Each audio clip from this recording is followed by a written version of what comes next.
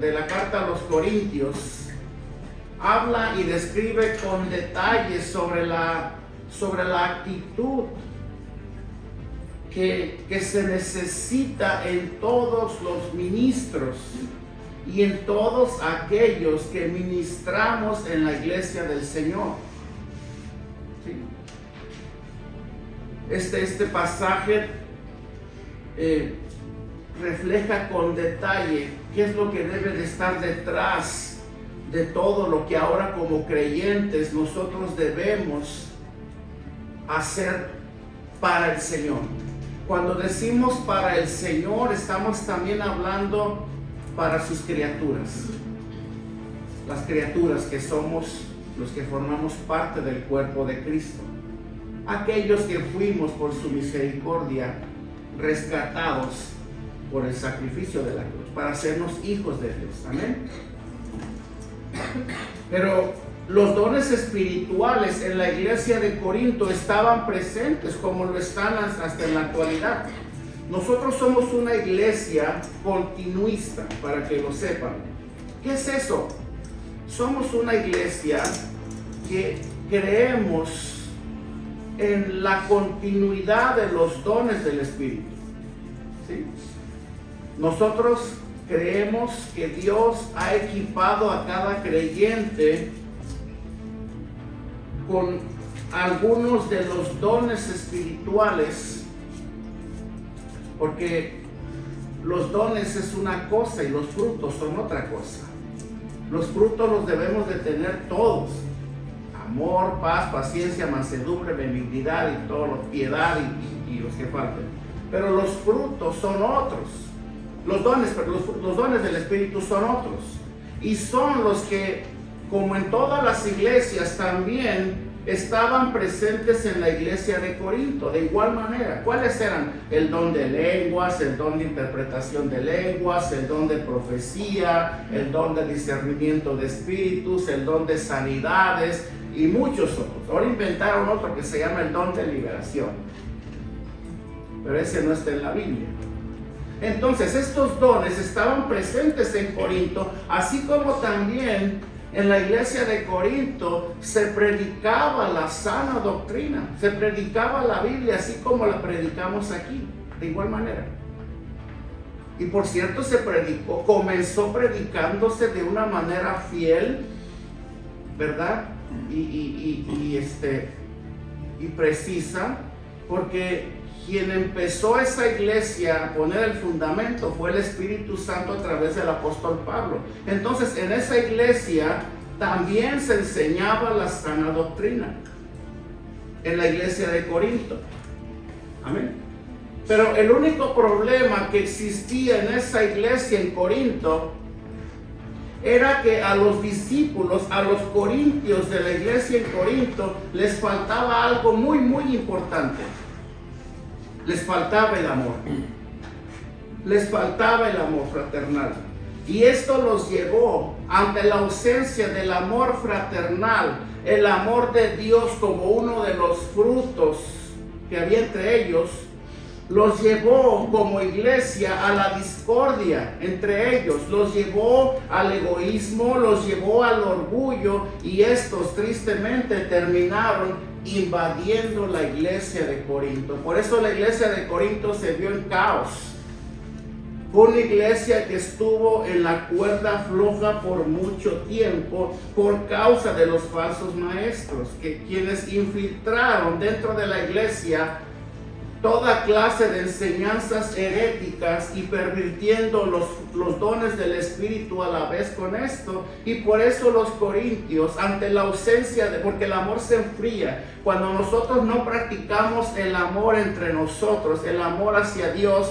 Hermano, aunque muchos no lo crean, el hecho de ver señales y manifestaciones, como mucha gente ama ver en las iglesias, y por cierto busca en las iglesias, es posible que ante toda esta presencia manifestativa de dones, puede ser que el amor de Dios no esté en ese lugar. Eso era lo que estaba pasando en la iglesia de Corinto.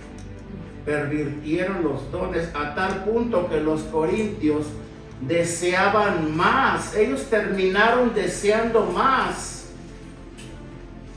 moverse en estos dones que desear de verdad vivir en ese amor con el cual ellos habían sido preparados desde el principio. En pocas palabras, de acuerdo a Apocalipsis, habían dejado su primer amor. Y eso pasa, hermano.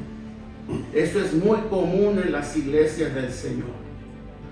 Ellos, en lugar de procurar más los dones, ellos debían de procurar lo más grande y lo más importante, lo cual era para ellos el amor los unos por los otros. Yo solo les digo una cosa, hermano. Una iglesia que camina en el amor de Dios es una iglesia y va a ser una iglesia próspera.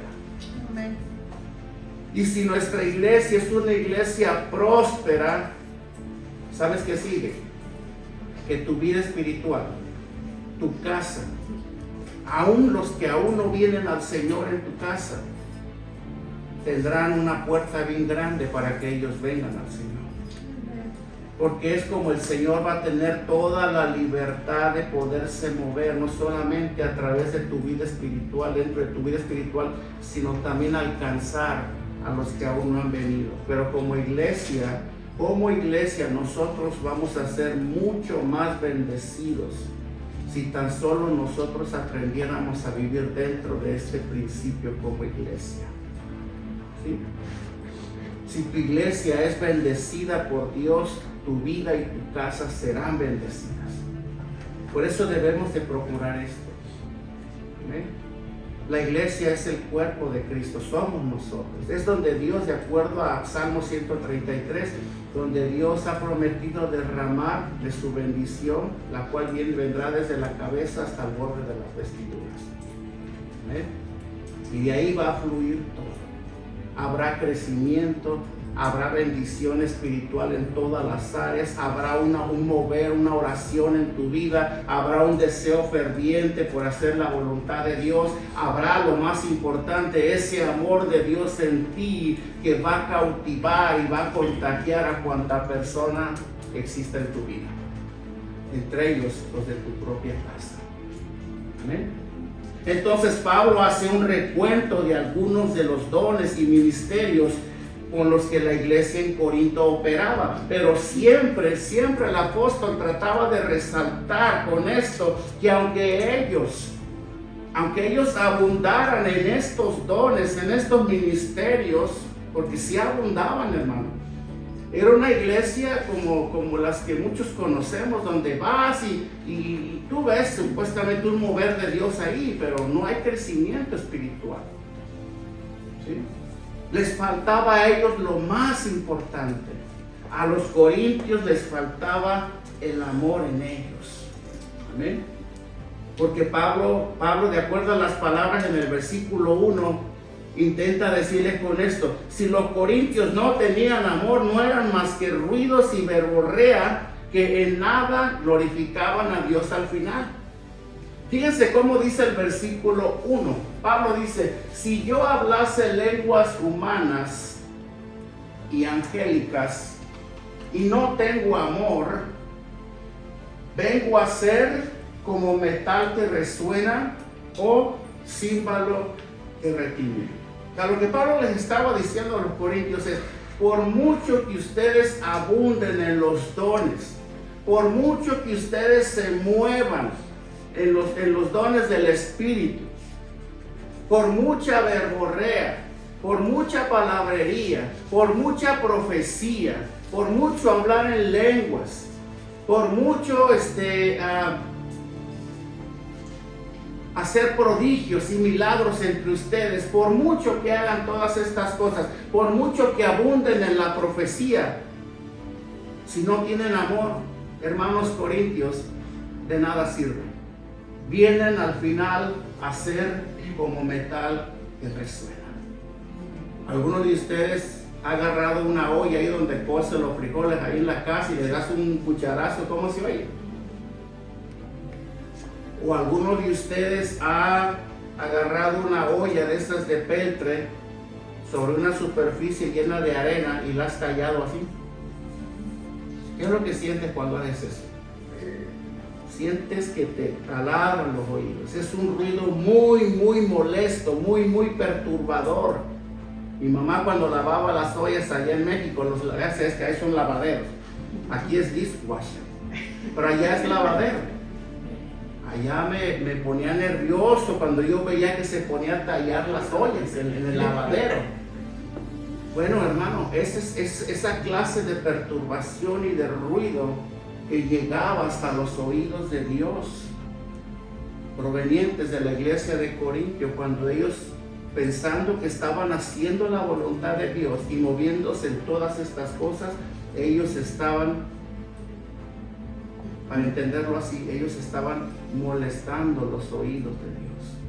Porque toda obra que se hace, todo lo que nosotros hagamos para Dios, sin un amor fraternal y entrañable en nuestro corazón hacia Dios, viene siendo como esto, como metal que resuena o címbalo que retiñe.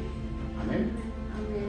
Hermanos, de acuerdo a Pablo, no eran las lenguas las cuales los corintios tanto apetecían y de las cuales también ellos abusaron en gran manera en Corinto, con resultados desastrosos, hermano. El mal uso, el abuso de estos dones por causa de los corintios causó daño en la iglesia, y lo pudimos ver los que estudiamos ya primera y segunda carta a los corintios. Los que vinieron a las clases pudimos conocer todo lo que se provocó en la iglesia de Corinto por causa de haberse desviado y haber hecho un mal uso de los dones en la iglesia, claro, orquestados por los falsos maestros, pero pues la influencia de los falsos maestros, y ahí te va uno para que la sepan. La influencia de los falsos maestros en una iglesia es consecuencia de la falta de amor en los creyentes. O sea, cuando en una iglesia no hay un amor ferviente de Dios entre los miembros, es más fácil que un falso maestro entre por esa puerta y tenga influencia sobre la gente. ¿Sí? Y si ese falso maestro se llega a infiltrar dentro de la iglesia por el descuido del pastor, que también tiene gran parte de culpa porque él es el que los deja entrar, así haya un amor ferviente entre algunos de los creyentes, el falso maestro se va a encargar de apagarles la flama espiritual a aquellos que la tienen encendida. ¿Sí? Porque eso es lo que provoca la falsa doctrina. Esto fue lo que le pasó a los corintios. Ellos comenzaron muy bien. Ellos practicaban, aprendían en cada culto, en cada actividad de la iglesia, la sana doctrina, así como lo hacemos nosotros semanalmente. Pero se enfriaron. En lugar de tener amor ferviente para Dios y los unos con los otros, cada quien comenzó a preocuparse cómo poder sobresalir más que los demás en los dones espirituales. ¿Ven? Cada quien comenzó a procurar lucir mejor, no ante los ojos de Dios, pero sí ante los ojos de los demás hermanos.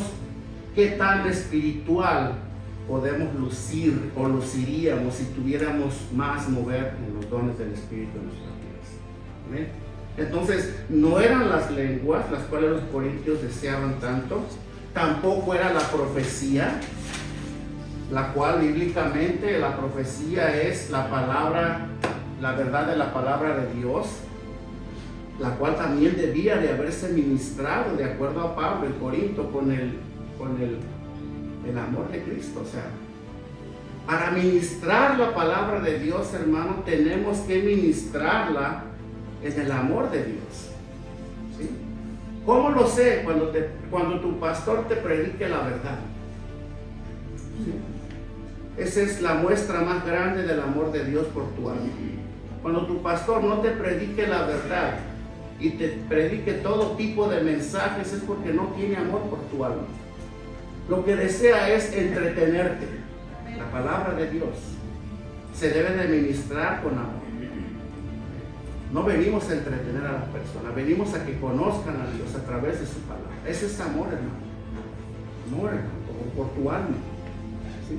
Hermanos, si los corintios operaban en los dones de sabiduría y de conocimiento y de discernimiento, pero no tenían amor, como era manifiesto, porque así lo enseña Pablo, hermano, si los corintios hubieran tenido el amor de Dios en ellos, o al menos no lo hubieran abandonado, no habría necesidad de que Pablo les dedicara casi más bien todo un capítulo. El capítulo 13 se refiere básicamente a eso. No solamente a elogiar a una iglesia por su anhelo ferviente de moverse en los dones de Dios, pero también a corregirles esa actitud necia de pensar que esto consistía solamente en eso. No, hermano, no.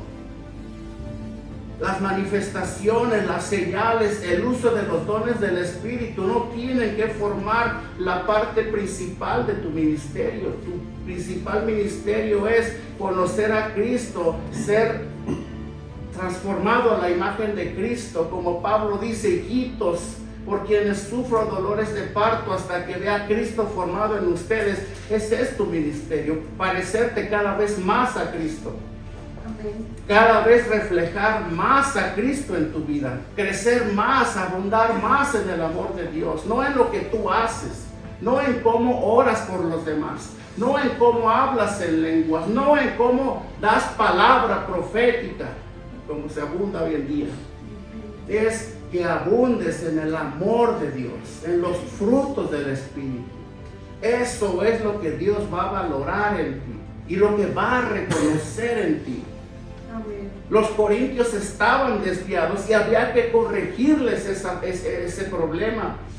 Por eso Pablo intenta de una y otra manera recordarles esto. Hermanos corintios, sin amor de nada les va a servir todo lo que ustedes están haciendo o intentan hacer. Veamos cómo Pablo lo dice en el libro de Filipenses capítulo 1 versículo 9. Pablo deseaba que entendieran esta verdad.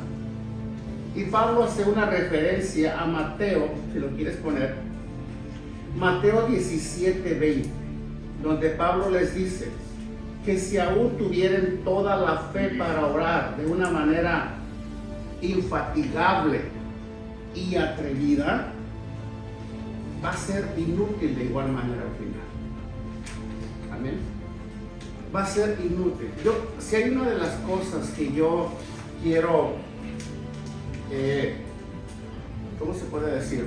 Transmitirle a la iglesia, enseñarle a la iglesia como principio fundamental, porque hay principios elementales y hay principios fundamentales.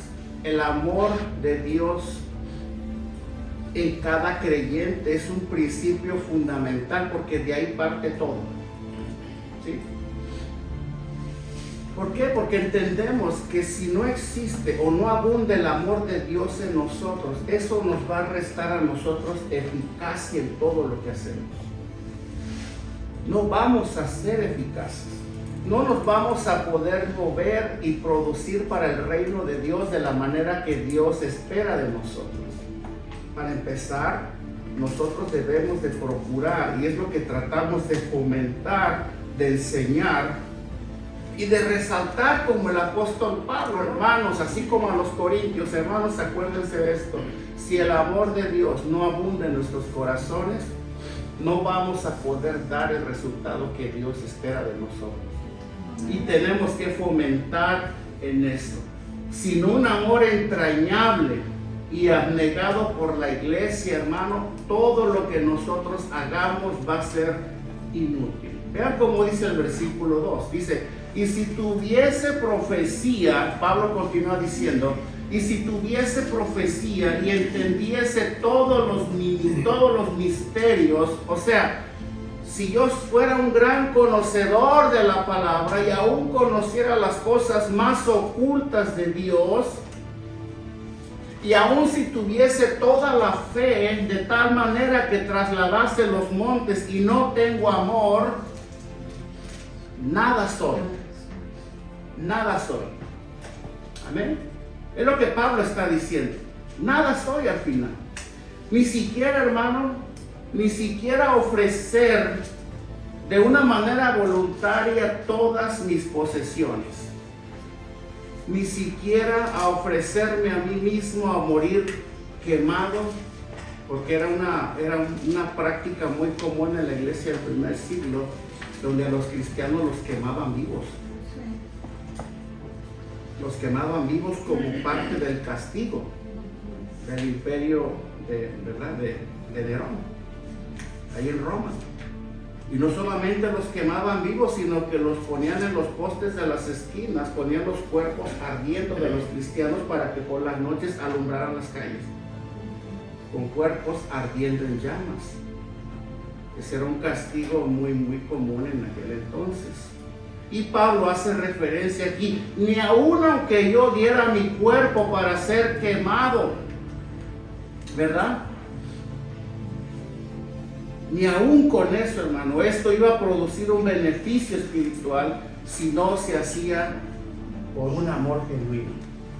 Amén. Hermano, Dios desea que tú lo ames.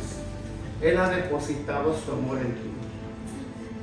Y sí, yo amo a Dios, pero ¿cómo lo manifiesto? Ama a su iglesia, ama a sus criaturas, ama al cuerpo de Cristo. Entrégate por tu iglesia, niégate a ti mismo por tu iglesia, sea abnegado, sirve a tu iglesia, ama a tu iglesia con un amor abnegado. Ese es el amor de Dios.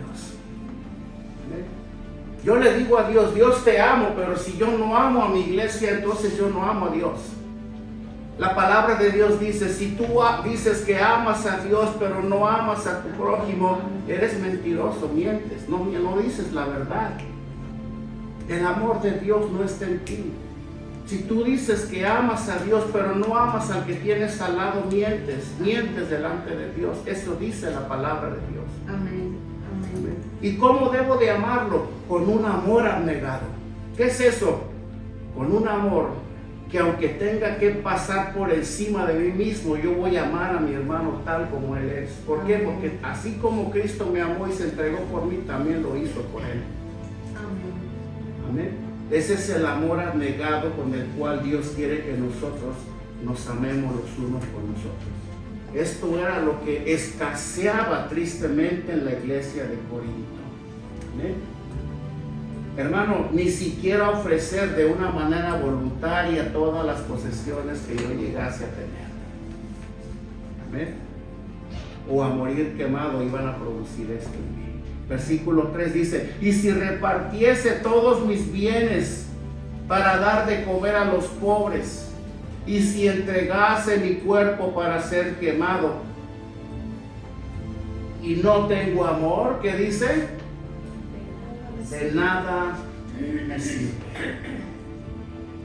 O sea, Pablo, me estás diciendo que si yo me dedicara a hacerle bien a todo el mundo, pero si yo no tengo un sincero amor en mi corazón por cuando lo hago, ¿de nada sirve? Claro, de nada sirve. Al menos delante de Dios, del cual viene la recompensa. Sí, los hombres te van a reconocer, te van a aplaudir. Vas a ser de sus favoritos, de sus predilectos, pero hermano, nos interesa más lo que Dios piense, no lo que los hombres piensen. Amén. Y como cristianos sabemos que todo lo que hacemos con un amor fraternal y entrañable, sabemos que lo debemos de hacer para Dios. Amén. Porque no solamente eso refleja el amor de Él a través de nosotros, sino que también de Él vendrá la recompensa. Amén. Amén. Amén. Como pudimos leer en los versículos anteriores, Pablo se centra, las palabras de Pablo eran estas: centrarse en el vacío que al final produce la falta de amor en el ministerio. ¿Se acuerdan? Les dije hace un momento, en la iglesia de Corinto, la iglesia se había enfriado, pero abundaban en los dones todavía. ¿Cómo me explicas eso? Sí, abundaban en los dones, se movían en los dones, y eso nos enseña que en aquel día, en el día del juicio, nosotros no vamos a poder justificar nuestras faltas por nuestros dones, sino por nuestros frutos. Señor, como dice Mateo 7, Señor, en tu nombre echamos fuera demonios, en tu nombre oramos por los enfermos y se sanaron. Señor, en tu nombre hicimos esto y el otro. Y el Señor, ¿qué va a decir? No los conozco, apartados de mí, hacedores de maldad.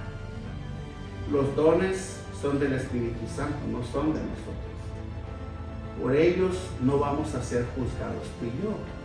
Nosotros vamos a ser juzgados por los frutos del Espíritu que Él puso en nosotros, de los cuales debemos de progresar y prosperar en ellos, porque ellos van a generar en nosotros, por el buen uso de ellos, una buena recompensa en el reino de los cielos, pero no por los dones. La iglesia se movían los dones, pero estaban vacíos, porque esta falta de amor en el ministerio estaba dejando vacío los corazones de los corintios. Amén. Había un vacío en ellos. Ahora, en los siguientes versículos, Pablo nos enseña la plenitud del amor según lo que el amor produce en cada caso. ¿Sí? De acuerdo al autor, de acuerdo al apóstol Pablo, el amor es acción y no atracción. Amén. ¿Qué es lo que te atrae a Cristo? Bueno, me han dicho que si yo creo en el Señor Jesucristo me va a ir bien. Voy a prosperar. Mi matrimonio se va a restaurar.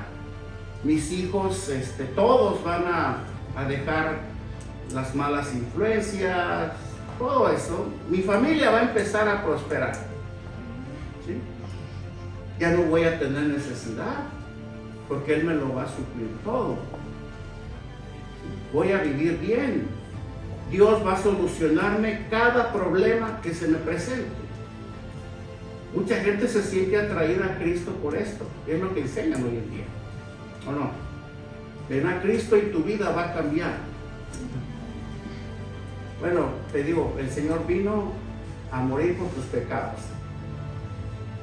¿Sí? El Señor vino a otra cosa, no vino a eso. Y dentro de su gracia Él puede bendecirte de alguna manera. O también hay que echarte la manita en algunos de tus problemas. Pero eso no es todo. ¿Ven? El amor de Dios es acción. Es acción. La palabra dice, sea nuestro amor de hechos y no de palabras. Así dice, ¿no? Amén. Ahora, en el sentido positivo, el amor, según Pablo, es paciente con las personas. Pregunta, ¿el amor de Cristo abunda en nosotros? No, pues sí, muchos van a decir que sí. Si yo pregunto, todos van a levantar la mano. Una manifestación de que si el amor de Cristo abunda en nosotros es, ¿somos pacientes con las personas? ¿O nos disponemos a concederles esa gracia incondicional que se nos dio a nosotros? Mira, Dios nos salvó no porque éramos muy buenos, ni porque nos merecíamos la salvación. Dios nos salvó por su pura misericordia. Amén. Tú estás aquí por la misericordia. Yo estoy aquí por lo mismo. No necesitamos llenar un formulario a través del cual Dios nos tuvo que calificar, si calificábamos o no para el reino de Dios, como lo hacen en las empresas. No, el Señor nos rescató así como éramos. Amén. No importando lo que hayamos hecho, no importando quiénes éramos, dónde estábamos, dónde vivíamos, si nos casamos 15 veces y matamos 100 personas, hicimos destrozo y medio en la vida, a Dios le plació salvarte. Su salvación fue por gracia y no por obras. Estamos aquí tú y yo por la gracia de Dios. Amén. Y no porque reunimos cierto tipo de requisitos. Él nos salvó por eso, porque a Él le plació. Amén.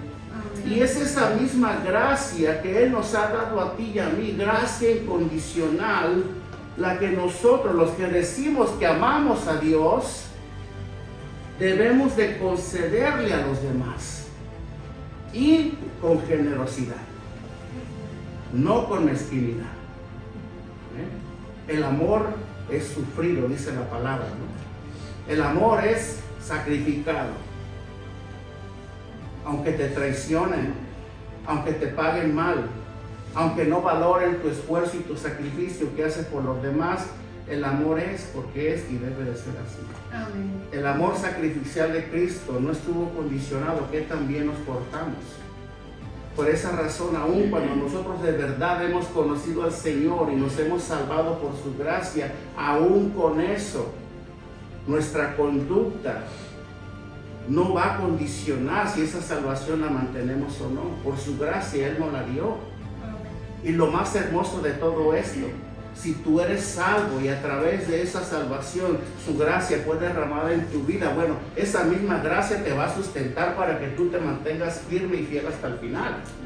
Hermano, ¿qué tipo de amor es este?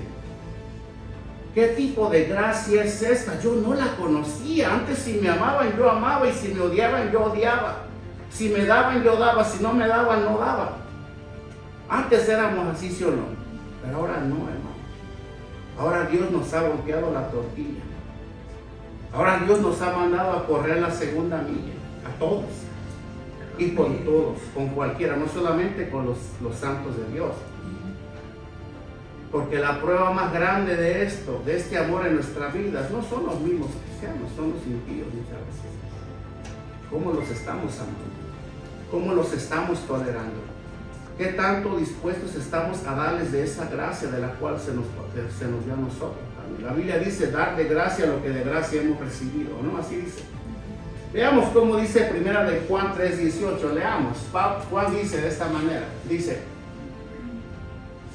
hijitos míos, ahí se refiere a los cristianos, no se refiere a los impíos, se refiere a los cristianos. Hijitos míos, no amemos de palabra, ni de lengua, sino de hecho y en verdad. Ahora, en el sentido negativo, hermano, de acuerdo a Pablo, versículo 4, el amor nunca tiene envidia. El amor no es envidioso. El que siente envidia por la prosperidad de otros no tiene el amor de Dios en él. ¿Sí? Si tú tienes envidia por el marido o por la mujer del hermano, el amor de Dios no está en ti. ¿Sí?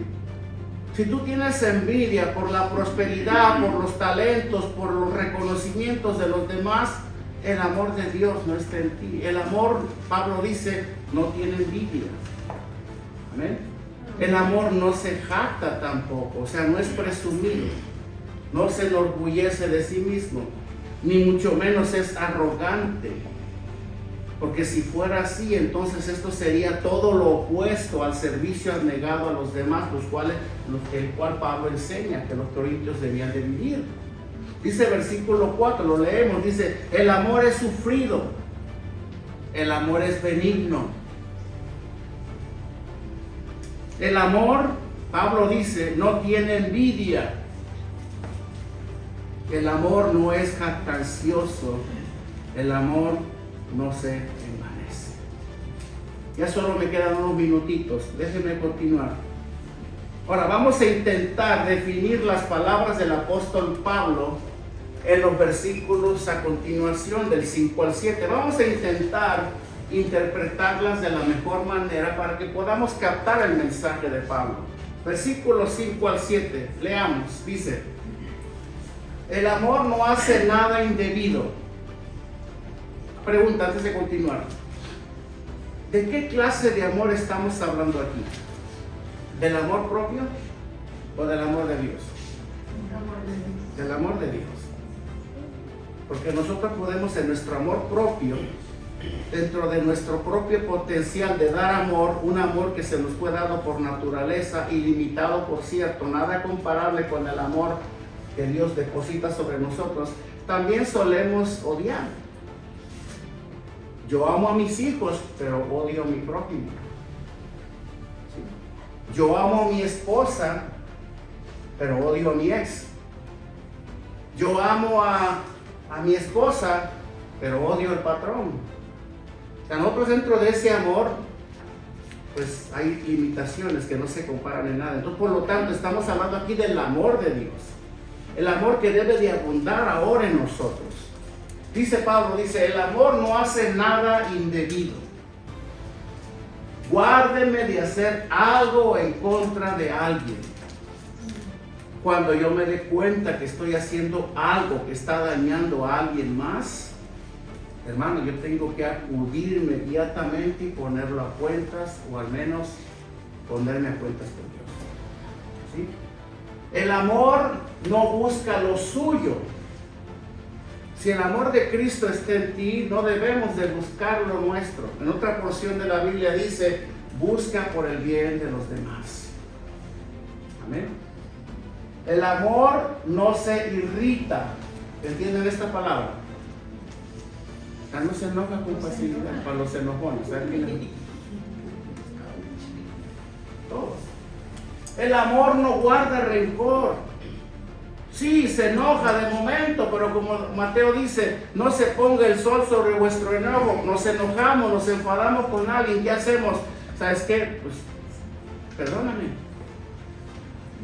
Pues te perdono. Aunque es más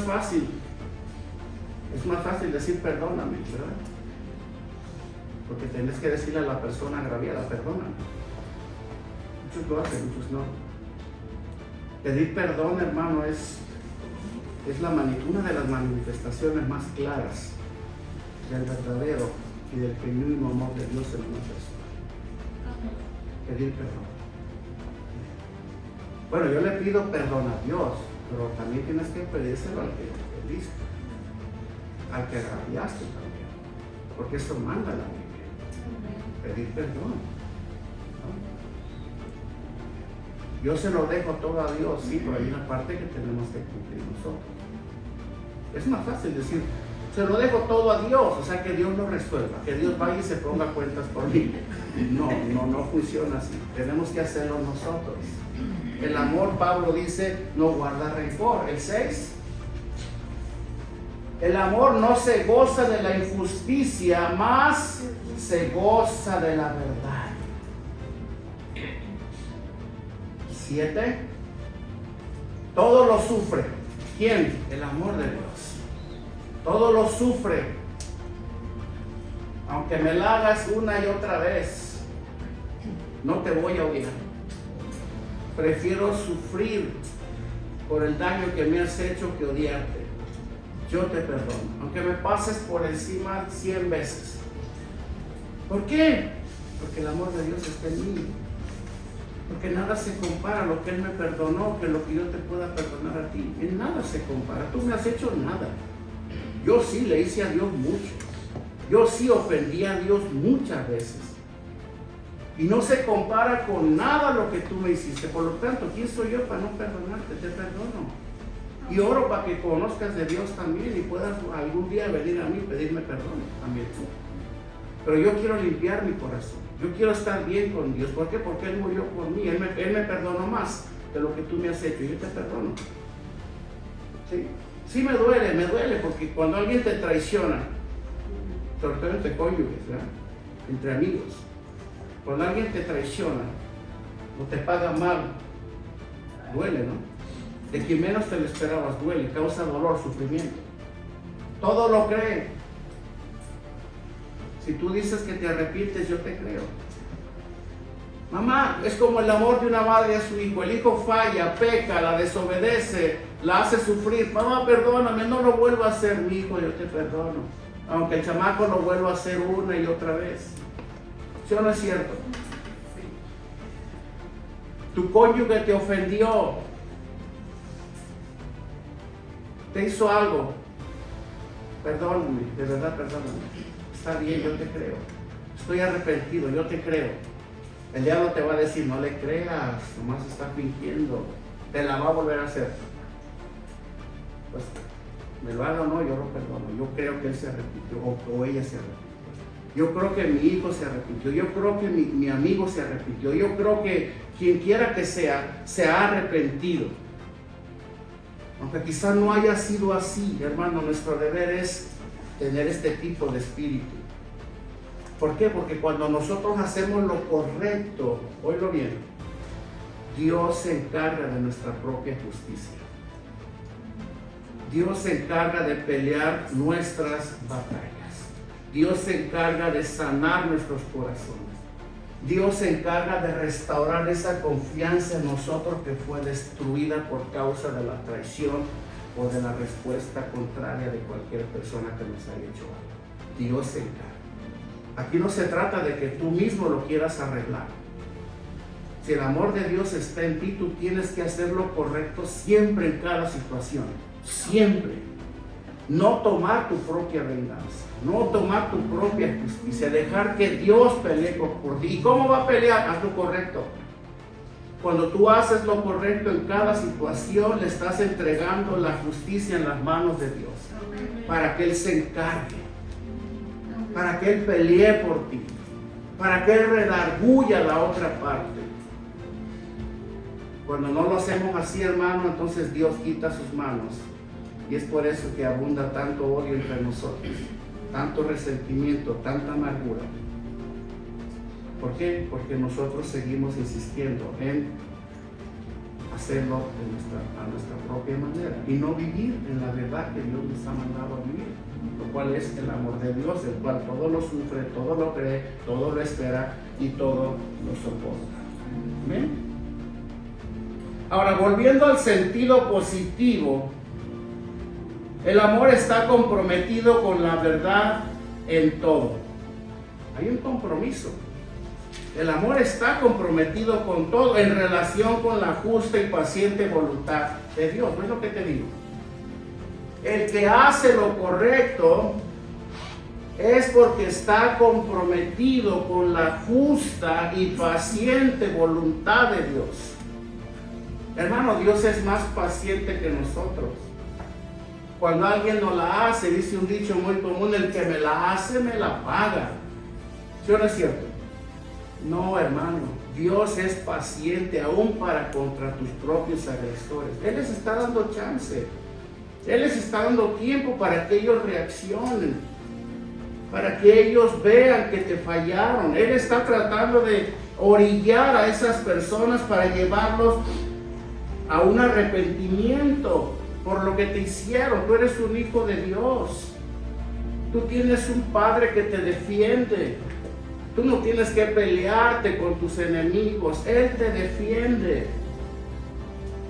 Y cuando tú esperas que Él te defienda, es porque estás consciente de que Él lo va a hacer en su tiempo, en su momento y a su manera, y no como nosotros queremos. Nosotros quisiéramos ya ver a nuestro enemigo allá encarcelado en un calabozo por lo que nos hizo, pero Dios no. Dios lo ve con misericordia. ¿Sí? Dios ve una alma que se está perdiendo en el abismo. Dios ve la necesidad. Nosotros no. Nosotros queremos venganza. Queremos venganza. ¿Sí o no es cierto? Por lo que nos hicieron. Pero Dios dice no. No seamos como los hijos del trueno, a los cuales el Señor reprendió. Señor, ¿hacemos que les caiga fuego del cielo? El Señor les dijo a Jacobo y a Santiago, Juan, ¿ustedes quiénes son? Son hijos del trueno. El Hijo del Hombre no vino sino a salvar lo que se había perdido. Amén. ¿Quiénes viven en ese amor? Se quedaron muy calladitos. Bueno, es lo que enseña Pablo. Es esa clase de amor que nosotros debemos de manifestar y en el cual debemos de vivir. Y luego en el versículo 8 Pablo se refiere a la durabilidad o a la permanencia del amor como una cualidad de Dios. Un amor que perdura más que todos los fracasos. Fíjense bien con esto. Y que no está solamente condicionado a los éxitos. En pocas palabras, el amor nuestro hacia los demás no solamente está condicionado a que si nos hacen el bien, se lo doy o no, sino que tenemos que dárselo como quiera que sea. ¿Bien? No cambia, no cambia. Aunque nos paguen mal. El mandamiento de Dios es amar a tu prójimo como a ti mismo.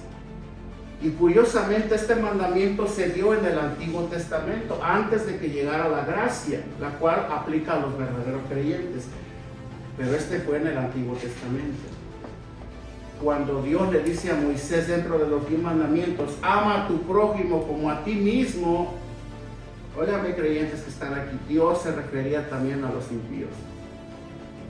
Tienes que amar a todos, no nada más a tus hermanos, no nada más a los que te caen bien, no nada más a los que te aplauden tus éxitos, no nada más a los que están contigo. No, tienes que amar a todos, a todo mundo. Tienes que amar a todo mundo, porque tú y yo somos la extensión del amor de Dios en este mundo.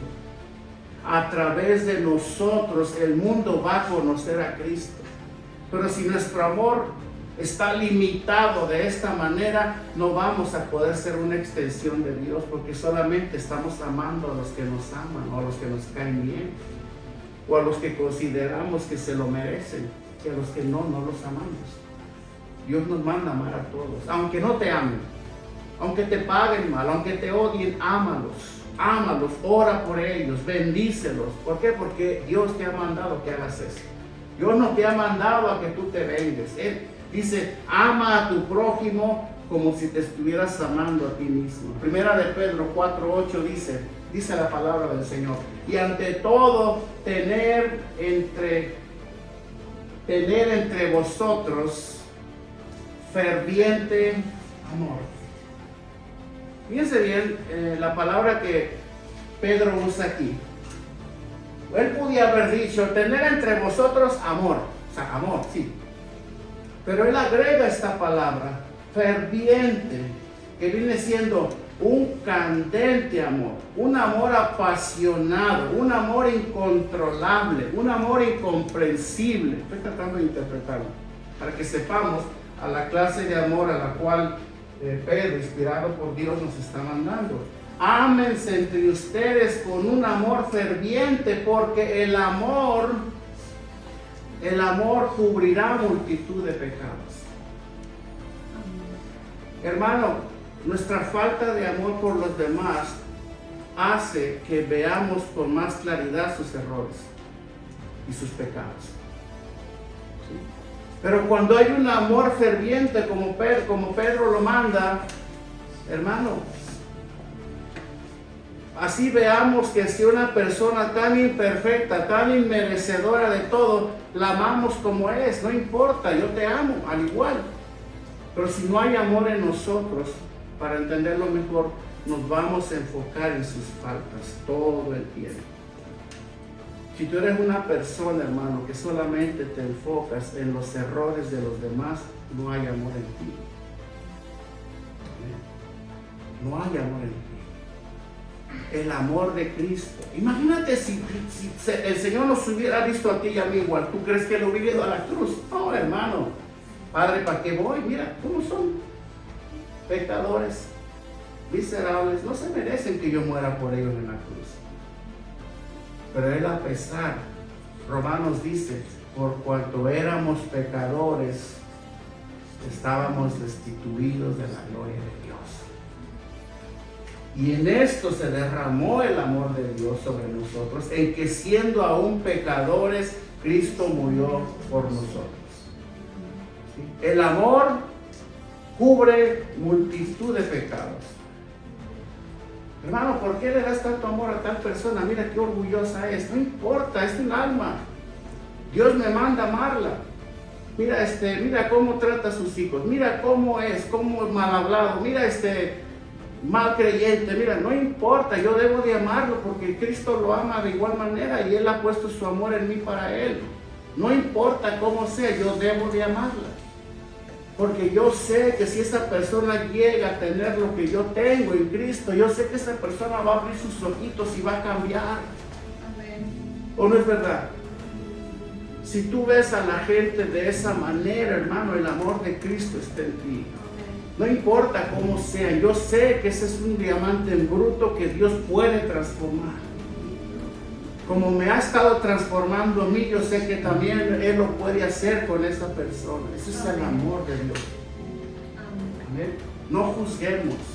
No miremos solamente los hilitos colgando de las personas, amémoslos como Cristo nos amó a nosotros también. Amén. Aceptémoslos como, no aceptemos sus pecados ni participemos de ellos tampoco, ni se los aplaudamos, pero amémoslos como Dios los ama a ellos también. Amén. Veamos versículo 9 al 10 y ya voy terminando. Dice, porque en parte conocemos y en parte profetizamos. Mas cuando venga lo perfecto, entonces lo que es en partes se acabará. ¿Amén? Se acabará. O sea, hermanos corintios, acuérdense de esto. Todo eso que ustedes anhelan, esos dones que ustedes procuran más que el amor de Dios en ustedes, van a tener un fin, van a acabar. No van a perdurar. O sea, no se enfoquen en algo que tiene una caducidad. Allí en el cielo no se van a poder mover en los dones. Allí en el cielo lo que más va a prevalecer va a ser el amor entrañable de Dios en nosotros hacia Dios, ¿verdad? Y hacia nuestros hermanos. Allá en el cielo el amor de Cristo va a abundar y va a ser manifestado en toda su plenitud. Esto va a tener un tiempo de caducidad. Esto no va a durar. ¿Cuándo? Cuando venga lo perfecto. Muchos piensan, aquí Pablo está tratando de decir cuando Cristo regrese, o cuando todas las profecías se cumplan. No, no se refiere a eso. Cuando Pablo dice, cuando venga lo perfecto, en el versículo, ¿cuál es? El versículo 10, se está refiriendo a lo eterno. Pablo se está refiriendo al estado espiritual, al estado eterno, allá en la gloria, donde de acuerdo a Apocalipsis 22, del 4 a 5, tú y yo y todos los creyentes vamos a ver a Dios cara a cara. Ese es cuando venga lo que puedes poner Apocalipsis 20 del 4 al 5. Allá, cuando estemos allá, hermanos, no pierdan su enfoque, no se desenfoquen. Cuando venga lo perfecto, ¿sí? Ahí va a acabar la ciencia, va a acabar la profecía, van a acabar los dones, va a acabar la esperanza, ni siquiera la fe vamos a necesitar ya. Del cual muchos hacen alarde. Bueno, allá no va a ser necesario, enfóquense en eso. Pero la única manera de poderse mantener al margen de esta verdad es vivan en el amor de Dios para que esto no los llegue a ensordecer de tal manera que se desenfoquen. No se desenfoquen, hermano. Antes de preocuparte con conocer más, saber más de Dios y aprender más y más y más, abundar en los dones, en el conocimiento, en la ciencia, en la profecía, en el discernimiento, preocúpate más por crecer en el amor de Cristo. Preocúpate más, vete al espejo todos los días y pregúntate a mí, ¿cuánto he crecido en el amor de Dios? Ve al espejo, hoy por la tarde, mañana temprano. ¿Sí? Dice que cuando uno va al espejo por las mañanas se ve uno más delgado, ¿no? Bueno, así cuando mañana vayas al espejo, no busques verte más delgado, sino busca mirarte más a la semejanza de Dios. El amor de Cristo tiene que crecer en mí en este día. Tengo que abundar en ese amor. Dice 4, y verán su rostro y su nombre estará en sus frentes. El 5, Juan está haciendo un anuncio de lo que es la ciudad celestial. Y no habrá más allí más noche, y no tiene necesidad de luz de lámpara ni de luz del sol, porque Dios el Señor los iluminará y reinarán por los siglos de los siglos. ¿Qué es lo que debemos de hacer nosotros como iglesia, hermanos? Crecer en este amor. Crecer en este amor. Antes de procurar crecer en todas las áreas en las cuales Dios quiere que tú crezcas, crece en el amor de Dios. Si tú creces en el amor de Dios, hermano, eso va a ser como un imán espiritual en tu vida. Visiones espirituales de Dios, el crecimiento espiritual, la salvación de las almas y todo lo demás irá siendo añadido a tu vida si tú creces en el amor de Dios. Y no tienes que esforzarte por crecer en otras cosas. Pablo dice, buscad primeramente las cosas de arriba, allá donde está Cristo sentado a la diestra. Amén.